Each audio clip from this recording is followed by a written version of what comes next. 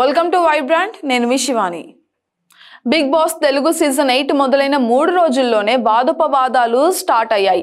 మంగళవారం జరిగిన నామినేషన్స్ లో 6 కంటెస్టెంట్లు అయితే ఉన్నారు.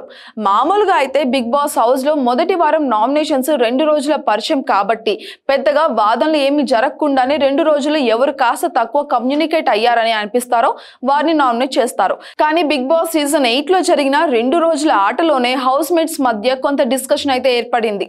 ఇక ఆ కారణాలే చెప్తూ నామినేషన్స్ వేశారు. బిగ్ బాస్ సీజన్ 8 లో మొదటి వారం 6 నామినేషన్స్ లో అయితే ఉన్నారు. నాగమణి కంట, శేఖర్ భాషాలకు ఎక్కువగా నామినేషన్స్ పడగా ఆ తర్వాత బేబక్కని 3-4 నామినేట్ చేశారు. ఆ తర్వాత పృథ్వీరాజ్, శేఖర్ భాష, విష్ణుప్రియ కూడా నామినేషన్స్ లో అయితే ఉన్నారు. ఇక బిగ్ బాస్ సీజన్ 8 లో ఫస్ట్ వీక్ నామినేషన్స్ లోనే ఎవరు ఎలాంటి వాళ్ళు అన్నది ఆడియన్స్ కు కొంత అవగాహన అయితే వచ్చింది.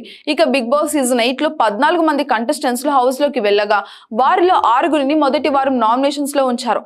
అంటే ఈ 6 హౌస్ లో ఉండే అర్హత లేదని మిగతా హౌస్ మేట్స్ తేల్చి చెప్పారు. ఇక చీఫ్లుగా ఉన్న నిఖిల్, యాష్మి, నైనికలు కంటెస్టెంట్స్ వేసిన 2 నామినేషన్స్ లో ఒకరిని సెలెక్ట్ చేశారు. సో ఈ వారం 6 హౌస్ మేట్స్ నామినేషన్స్ లో అయితే ఉన్నారు. ఇక మరి వీరిలో ఎవరిని ఈ వీక్ ఎలిమినేట్ చేస్తారన్నది చూడాలి. ఇక సోమవారం నుంచి శుక్రవారం వరకు హౌస్ మేట్స్ తమ ఆట తీరుతో, టాస్కులతో ప్రేక్షకులను అలరించాల్సి ఉంటుంది.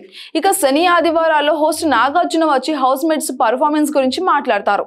ఇక మొదటి వారమే కాబట్టి పెద్దగా క్లాస్ పీకే ఛాన్స్ లేదు. అయితే నాగమణి కంటే సింపతి గేమ్ ప్లాన్ పైన నాగార్జున ప్రస్తావించే ఛాన్స్ ఉంది.